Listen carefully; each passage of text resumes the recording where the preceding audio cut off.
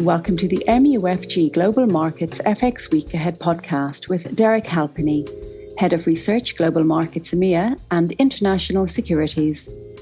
It's Monday, September 27th, 2021, and joining Derek to pose some questions on the financial market themes for the week ahead is Michael Owen, MUFG's Head of Global Client Desk for EMEA in London. The following podcast is intended for professional investors and eligible counterparties only, and not for retail clients. Any content should not be regarded as an offer to conduct investment business or an investment recommendation, but for information purposes only. Good morning, everyone. In the UK, we have supply issues this week. Derek, I noticed you've started a cable short position. Perhaps you could explain this. Yes, one of our trade recommendations, short cable, put out on Friday, as you said, Michael. I just find it difficult to believe that the kind of imminent, kind of near-term macro backdrop is going to be positive for the pound. Like, obviously, I understand the rates link with FX. There's been a big jump in rate expectations in the UK after the more hawkish statement and minutes from the Bank of England last week suggesting, potentially a sooner than expected rate increase. So we've had 16 basis points added to forward OAS in 12 months' time.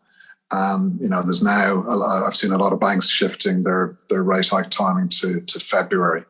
But I think it's important to remember, first of all, the communications from the Bank of England last week. They did, in mentioning that they feel their guidance on modest tightening is now more valid given recent developments. They also said there's a lot of uncertainties. And, a lot of people have seen over the weekend here in the UK the increased problems in terms of fuel. We now have different reports suggesting between 50% and as high as 90% of petrol forecourt stations having run dry of fuel. The government are trying to alleviate this by creating visas for an additional 5,000 drivers to come into the country from Europe. But Europe have HGV driver shortages as well. And this visa offer from the UK government is for 3 months until Christmas. So I just can't see that having any kind of significant impact on resolving the problem. I think the army is going to inevitably have to come in because UK consumers reading all these statistics about forecourts running dry of petrol, it's rational to go out and fill your tank. And that's what's going to carry on. So I think we've got problems on that side. Which is going to have an impact on economic activity. You're going to have a problem in terms of, certainly of the short term, the 1.5 million furloughed workers coming off furlough this week, at the end of this week. So, what's going to happen with those unemployed? That's certainly going to be a period of uncertainty. And then you have the other supply constraints that have been in with us in other areas as well. So when you add all of that together, what you're seeing is consumer confidence beginning to decline. And we had the GfK Consumer Confidence Index on Friday. That had its biggest drop since October, when we were going kind of back into the third wave of COVID. We also had CBI retail sales on Friday. Biggest drop since COVID last year. So, we're beginning to see the impact already. And the market is lifting expectations about rate hikes. So I think one of two things will happen. Either the rate expectations will come down, or I think the correlation between rate expectations and FX is going to weaken. Because stagflation is not good for FX. And if the Bank of England are hiking into an environment like we have at the moment, to me, it just doesn't make sense, and I don't think the FX markets ultimately will buy the pound on a sustained basis on the back of it. So, yeah, I think there's good chance we'll see some disappointment and the pound underperforming. So we have German elections over the weekend, which is very tight. Japanese elections this week. Could you just update us on your thoughts around this, please, Derek? Yeah, not much reaction in the markets. I think the result was pretty close to opinion polls in the run-up to the election, possibly a little bit tighter, the actual result. The SPD on 25.7% and the CDU on 24.1%. Seat-wise, there's only a 10-seat advantage for the SPD. So definitely tighter. Perhaps than what the markets were expecting, but broadly speaking, the results were in line with the opinion polls, and it doesn't change the reality of what comes now, and that is a prolonged period of coalition negotiations.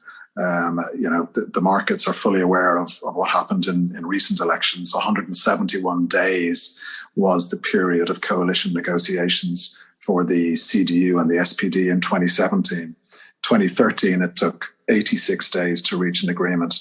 2009, it was more reasonable at 31 days, but in 2005, it was 65 days. Those were all two-way party coalitions. This is the first three-way coalition. So we may get the Greens and the FDP, kind of them speaking first, because them in conjunction with either the CDU or the SPD is necessary, assuming the SPD and the CDU will not go into government together again, which I think is likely.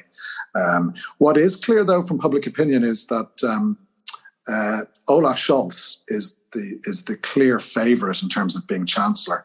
And with the SPD having a slight advantage in terms of seats, they are in the kind of the main advantage slot. And you'd have to say the most likely outcome is still an SPD, Green, FDP coalition, which again is what the markets expected as the most likely outcome before the election. So broadly similar. Let's see how the negotiations go. The vacuum in terms of no power is not really valid because Angela Merkel obviously continues as Chancellor. So I don't think we're going to get too much in the way of market action. Wednesday could be a little bit different in terms of the LDP leadership election. We've covered this before. In a nutshell, you've got Taro Kono, most popular across the public. His popularity seems to be growing a little bit within the LDP Diet members as well. So that would certainly put him in the strongest position.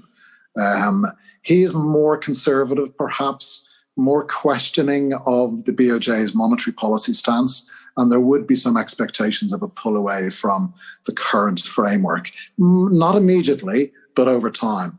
The other flip would be Takeichi, Sanae Takeichi, very pro-Abenomics, would be very much reinforcing the current framework. So, she would be a surprise, but certainly would feel perhaps some near-term yen weakness.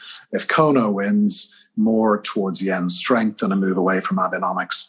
And if it's Kishida, he's kind of more in the middle status quo. So you might get some near-term reactions. We should start to get the results of the second round, assuming we do go to a second round. We should get the results of that possibly between 6 and 7 a.m. London time. Thank you very much, Derek. And finally, central bank forum on Wednesday, including Powell, Bailey and Lagarde. What do we expect to come from this? Yeah, we'll have a number. There's a whole host of central bank speakers this week. So will be a very interesting week in that regard. The ECB forum on central banking will take place on Tuesday and Wednesday. The big event will actually be on Wednesday, where we will have Powell, Federal Reserve Chair Powell, Bank of England Governor Bailey, BOJ Governor Kuroda, and ECB President Lagarde. They will all speak on a forum at 16:45 London time on Wednesday. There's a number of events over the 2-day period, so there'll be a lot of central banks speak. We'll also have Governor Bailey today at 4 p.m. speaking at the Society of Professional Economists, and then Catherine Mann will speak tomorrow.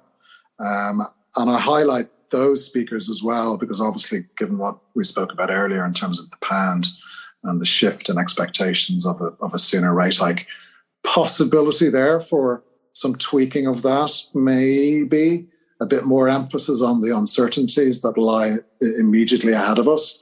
might be some signals there that maybe the rates market has got a little bit ahead of itself. So those need to be watched as well. And then also of interest tomorrow, Powell and US Treasury Secretary Yellen will testify to the Senate Banking Committee.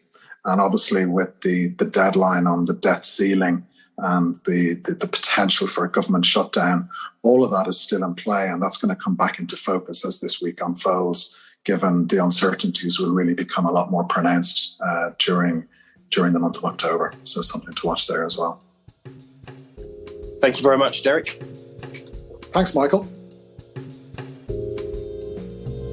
Thank you for listening to this MUFG Global Markets podcast. Rate, review and subscribe, and contact your MUFG sales rep for more information. Come back next week for more insights from the Global Markets Research Team.